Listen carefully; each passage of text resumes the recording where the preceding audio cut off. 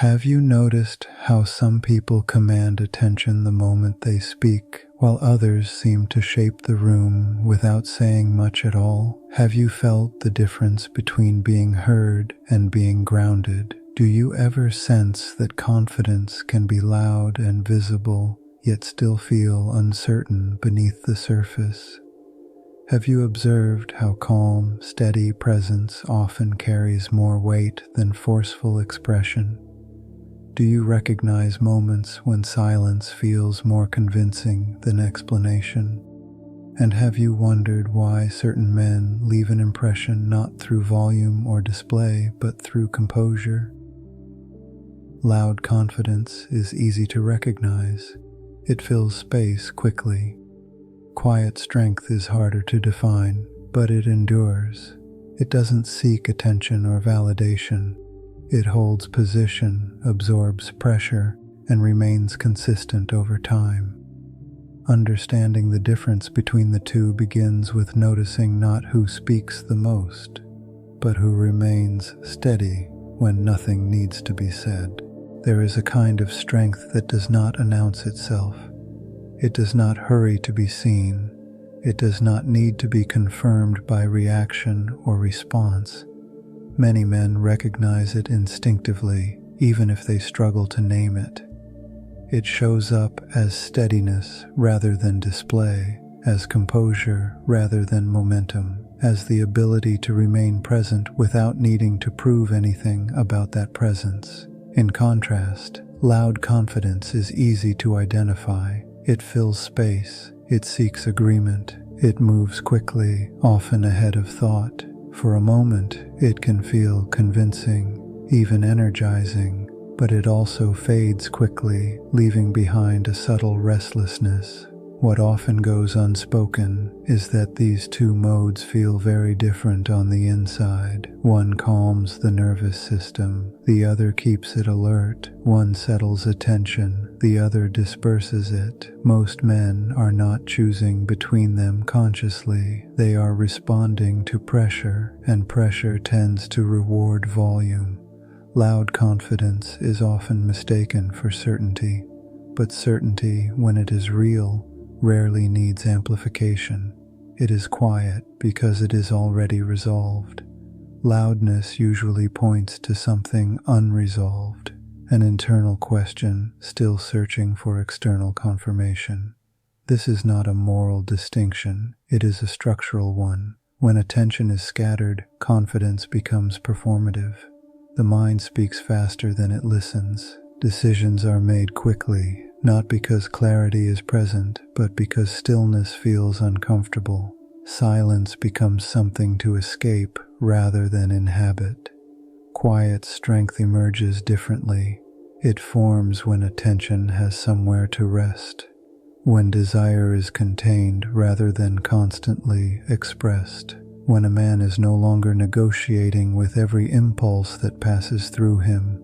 This containment is often misunderstood. It is not repression, it is not withdrawal, it is not passivity, it is coherence. In quiet strength, energy moves with fewer interruptions. Thoughts are allowed to complete themselves. Reactions are felt without being immediately acted upon. Over time, this creates trust, not outward trust, but internal trust. The kind where the mind knows it will not be dragged in 10 directions at once. Loud confidence depends on feedback. It needs friction to feel alive. It thrives on visibility, not because visibility is bad, but because invisibility feels threatening. Without response, it begins to weaken. Quiet strength does not depend on friction. It remains intact even when unnoticed. This is why it often appears understated. It is not trying to sustain itself through movement.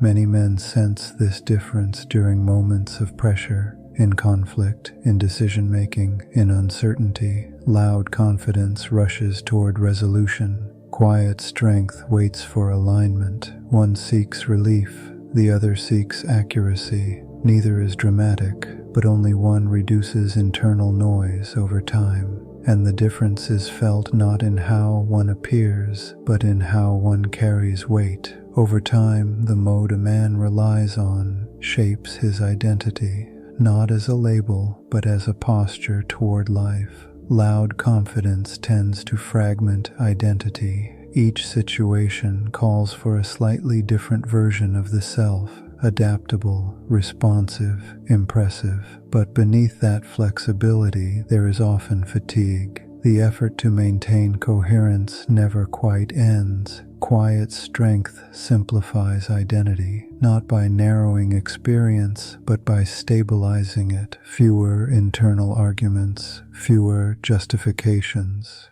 fewer explanations rehearsed in advance. This simplicity creates a subtle form of discipline, not the discipline of forcing behavior, but the discipline of not abandoning oneself in moments of pressure. Attention remains local. Decisions remain proportional. Desire does not override direction. Many men notice that when quiet strength grows, urgency diminishes. Not ambition, not drive, but urgency.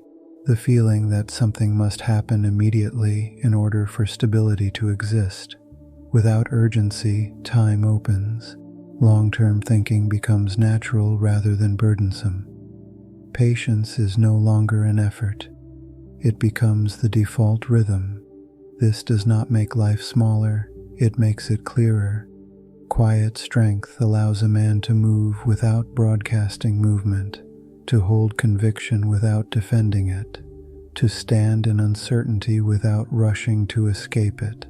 There is a particular calm that comes from this, not relaxation but steadiness.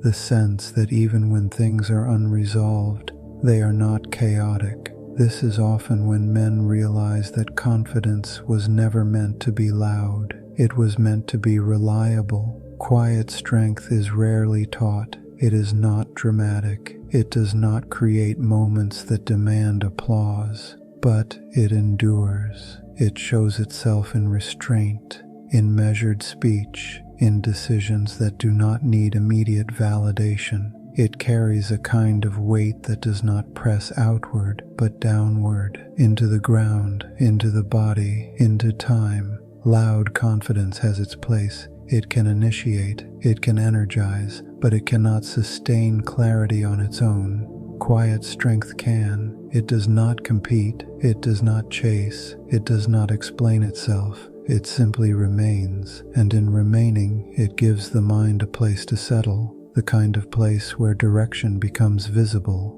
where effort becomes intentional, where confidence no longer needs to be heard in order to be felt. That steadiness is not an achievement, it is a condition, one that, once recognized, tends to speak for itself, quietly.